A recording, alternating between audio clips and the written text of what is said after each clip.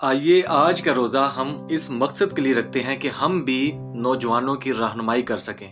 हम भी नौजवानों को खुदा के कलाम के मुताबिक अच्छे तरीके से तालीम दे सकें जो खालिसन अंजील मुक़द्दस में से है।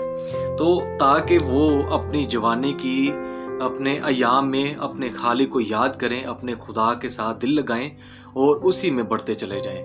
तो ये बहुत ज़रूरी है। आज पूरी दुनिया में यूथ कॉन्फ्रेंसेस होती हैं, यूथ के लिए बहुत काम किया जाता है ताकि यूथ को सही तरीके से एक तालीम दी जा सके और उनको उसी ट्रैक पे लाया जा सके जिस ट्रैक पे उसको चलना है।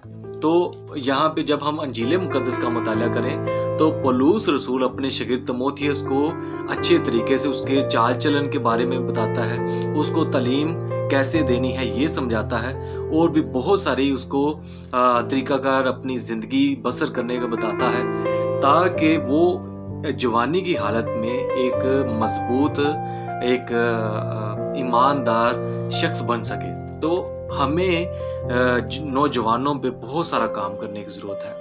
हम भी खुद अगर नौजवान है तो ये बहुत अच्छी बात है, क्योंकि कलाम में लिखा है कि मुबारक है वो जो जवानी में उसको याद करते हैं।